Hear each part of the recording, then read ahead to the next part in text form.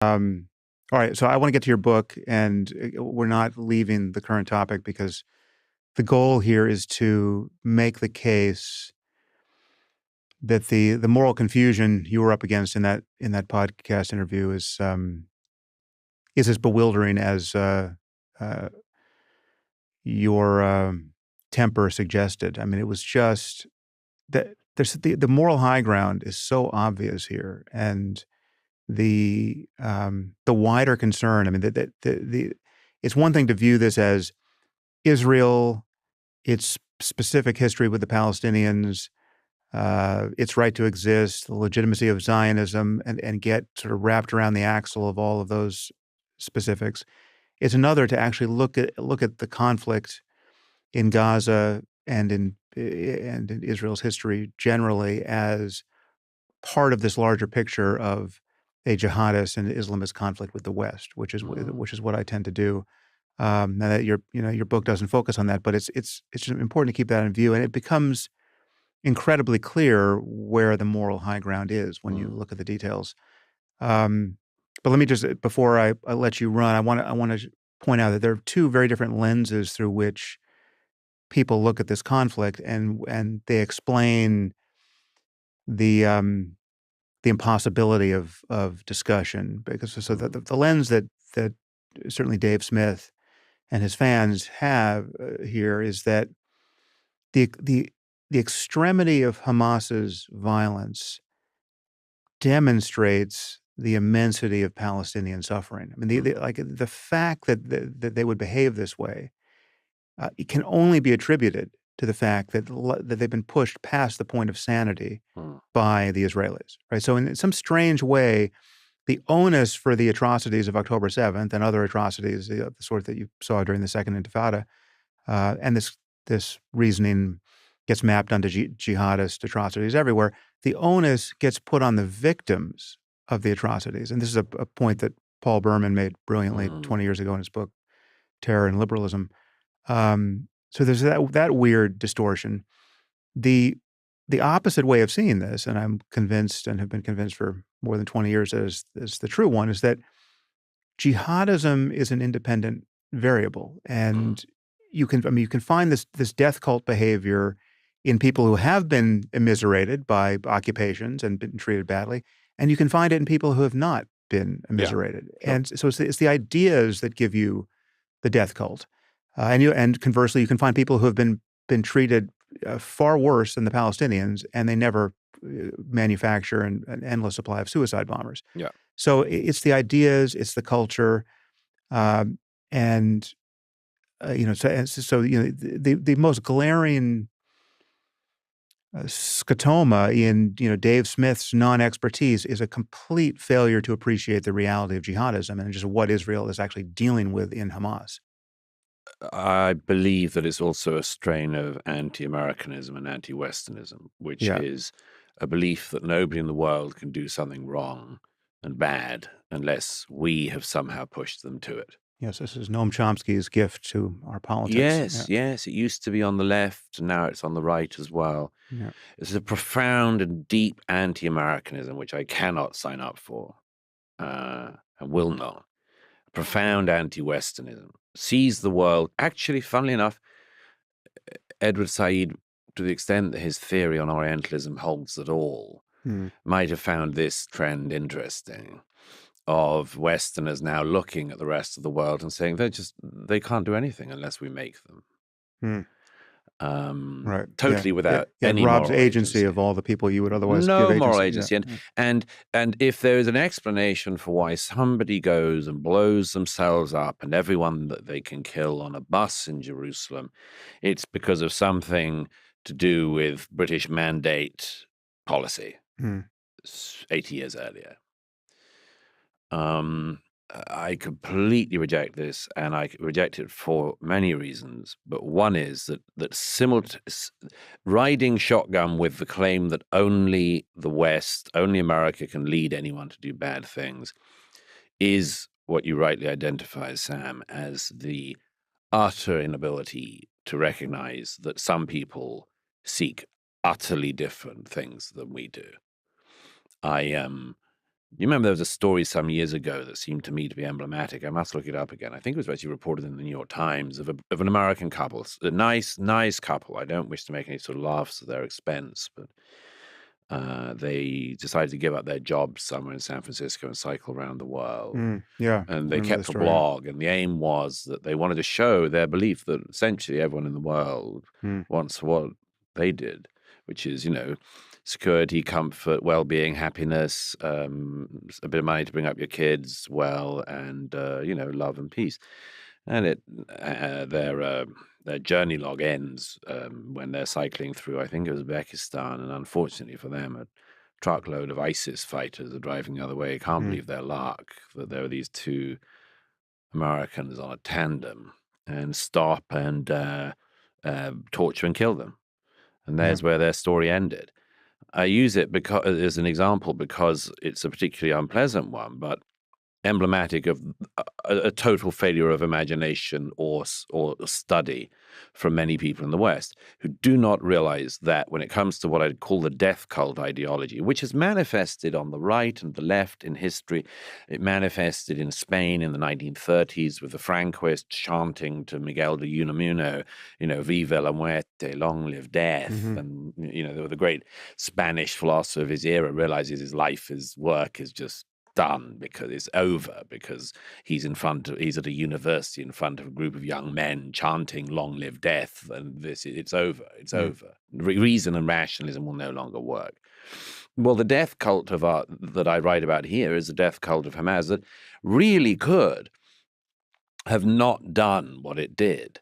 And as I say in one of the passages in the book, after Israel withdrew from Gaza in 2005, there was a Palestinian state in Gaza. They were even encouraged to have elections by the George W. Bush administration, Condoleezza Rice and others. They had elections. They voted in Hamas, which states that it's a genocidal terrorist organization which wants the annihilation of the Jewish race and then get on to everyone else. They voted in Hamas. Hamas immediately used the billions of dollars that came in to make sure they built up a terror infrastructure, tunnel systems, not for the citizens of Gaza, but for the rockets and for their fighters, kept on importing rockets and other military hardware to fire at Israel. And after many iterations of the war in 2023, 4,000 of their terrorists flood into Israel and massacre their way through the south. This is the fruit of Hamas. This is what Hamas wanted. This is what its leadership wanted. And they do not want to live in peace and coexistence. They want to murder and slaughter, and they even want to die themselves. And I think that, we're sitting here in LA. Why would anyone in Los Angeles understand this? You do, but we had 9/11. We had our own. Insofar as you're a student of the news, this is of a piece with what happened in Paris on multiple occasions, the Bataclan most horrifically, in your country, the Manchester bombing. This is just. We memory hole it, and other things, other bright, shiny objects capture our attention. But this is, we're talking about. It's the same species of confusion and anti-Western bias that caused people to blame the Charlie Hebdo cartoonists for having the indecency of getting murdered by jihadists, and then you had the PEN America Foundation. Rescind the award that they were going to give them, and for courage. And this confusion is everywhere. I want to actually just draw a few bright lines where people can see them to show it's the moral high ground here, because there's just some striking differences between the two sides that you elucidate in your book. One is that one side takes hostages, even young children and old women, and its community, the non-combatants receive these hostages not with looks of horror, but with open celebration. Right? Yes. It is completely intelligible. This from a cultural standpoint within Gaza that this is exactly what you do. This is the good is on your side for stealing these infants and young children Yes. and old women and forcing them underground for years at a stretch. One side uses its own civilians as human shields. One side murders its civilians when they try to flee to safety. Um, and if you try to flip this, if you try to imagine the other side, that is the Israelis, doing any of these things, it is obviously unthinkable. And anyone who is standing in criticism of their behavior, I think, still wouldn't go so far as to imagine that the people of Tel Aviv are capable of using their own women and children as human shields, Yeah. right? Or that they would celebrate that the IDF would want to seek to maximize civilian casualties on its own side. I mean, even that is not, as confused as people are. No one, it seems to me, is confused about that, and yet they don't see the relevance of these differences. Lots of reasons. One is they don't want to. If you were supporting a side that turned out to have done October the 7th, and some people say to me, oh, no, the world's sympathies were with Israel. No, they weren't. No, some of the world's sympathies were briefly with Israel. But in London on the evening of the 7th, hundreds of people gathered in the streets of Knightsbridge to wave flares and celebrate the ongoing massacre. On the 8th of October, I relate in the book that I was in Times Square to see a pro-Hamas protest as the massacre was still going on. This started very early. And we get back to that strange collection of simultaneous thoughts that people can have. Hamas GoPros and records and Instagrams their atrocities, and their followers can. It's another one of these double moves, these jujitsu moves. These they say simultaneously how thrilled they are about the atrocities, and also the atrocities didn't happen, and that then the third move is the atrocities are actually carried out by the other side. You set your watch and you'll see it. Last year, there was a claim that IDF soldiers had gone into Gaza and were raping the women of Gaza. There are many reasons why this is completely implausible. Yeah. And not just implausible, but deeply offensive. But all these people who were relating this, repeating this smear of the Israeli Defense Forces, were all the people who were denying that Hamas had raped women on the 7th. There's a muppet of a journalist, not really a journalist, a sort of commentator, agitator in the UK, who passed around the libel that the IDF was raping women in Gaza, who, when he saw a version of the 43-minute atrocity video, came out of it and reviewed it by saying it was disappointing because you didn't actually see any women being raped, and therefore it seems unlikely any rapes occurred. Yeah. This has become, as you know, I call it Grossman's law now, after Vasily Grossman. This is this thing of tell me what you accuse the Jews of and I'll tell you what you're guilty of. Absolutely 100% application of this law. The side that says it's both good to kill babies and denies that they kill babies, then attack the IDF and IAF for killing babies. It's everywhere, this form of projection, I suppose, which is one of the things it is. And it's deliberate desire to not recognize the difference between deliberately maximizing civilian casualties, as Hamas did on the 7th, and deliberately trying to minimize them, as the IDF has. If the IDF had wanted to carry out a genocide in Gaza, it could have done. They were accused of having a genocide in the Gaza since 2005, which is weird because the population doubled after 2005 up to 2023.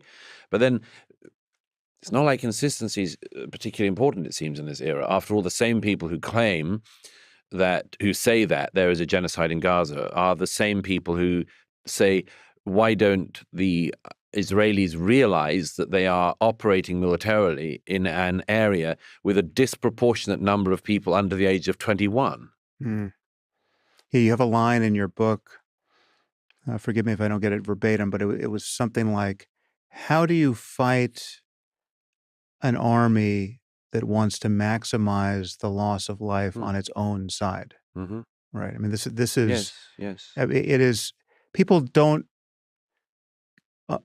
it seems to me, make contact with how just morally perverse that situation is, but two, what an insuperable obstacle it is to actually Mm-hmm. practically fighting a war so as to minimize the loss Yes. of civilian life. I mean, hundreds and hundreds of Israeli soldiers have been killed in the last 18 months because they are going methodically and in exceptionally dangerous situations, house to house, in areas of Gaza that are meant to have been cleared of everyone but Hamas fighters. Hmm.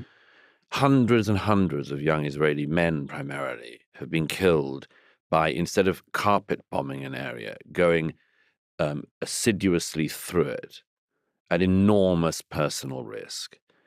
They have every soldier you speak to has the same stories of, for instance, people coming out of a civilian area with their hands in the air, and then from their midst, a group of Hamas terrorists come dressed exactly the same as the civilians and start firing at the soldiers, Hmm. in the knowledge that the soldiers either have to just receive the incoming fire and lose their own lives, or they have to fire back and risk killing some of the civilians that Hamas is so gleefully sprung out among. None of this is just. All of this is what every soldier has faced for the last 18 months, Hmm. every single one. And Hamas's leadership say, there was an interview on Al Arabiya the other month with one of the remaining leaders of Hamas, who was asked, if the Israeli airstrikes from the air that you describe are so devastating, why don't you allow the citizens of Gaza to shelter in your very extensive tunnel system? Mm-hmm. And his reply was, because the tunnel system is not for the civilians of Gaza. The tunnels are for our rockets and ammunition and for our fighters. And asked who should build shelters for the citizens of Gaza, he said the international community. That's their responsibility, the international community. But Right. I have They're the same community that gave them billions and billions of dollars to build those tunnels effectively over 18 years. And I have a genuine offer I'll put out there. I can't attach a cash prize this time, but this is a completely sincere offer to anyone listening to pick me up on the following challenge. Your listenership, I'm sure, Sam, is intelligent enough to understand what it is to extrapolate out civilian or other casualties by ratio of population. Not everyone gets me on this. But, of course, Israel is a country of 9 million people. America is a country of, what, 340, 30 million people. Nobody knows how many people there are in the UK, so it doesn't work there. But we soon won't know how many people are in America, given all the doging. But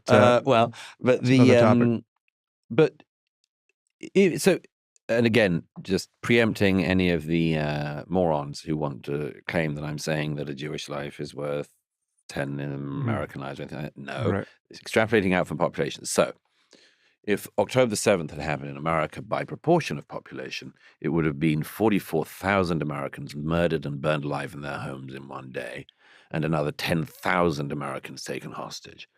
So my challenge is, whether in Gaza with 1,200 civilians in Israel murdered and 250 taken hostage, and the two stated war aims of the Israeli government, the return of all the hostages and the destruction or capture of all of Hamas's leadership and fighting brigades.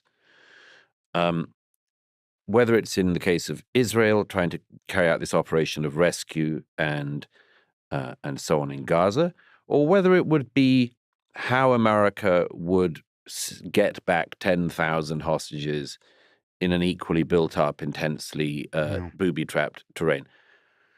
If anyone watching has a battle plan for how to do that, send it to me, and I will send it to everybody I know in Israel, because I'm sure that if there is a military genius watching and listening who knows how you would carry out that operation with no civilian casualties on the side of the Gazans and minimal to no casualties on the side of the IDF, I can assure anyone watching, I and many others would be all ears. But I hear no such thing.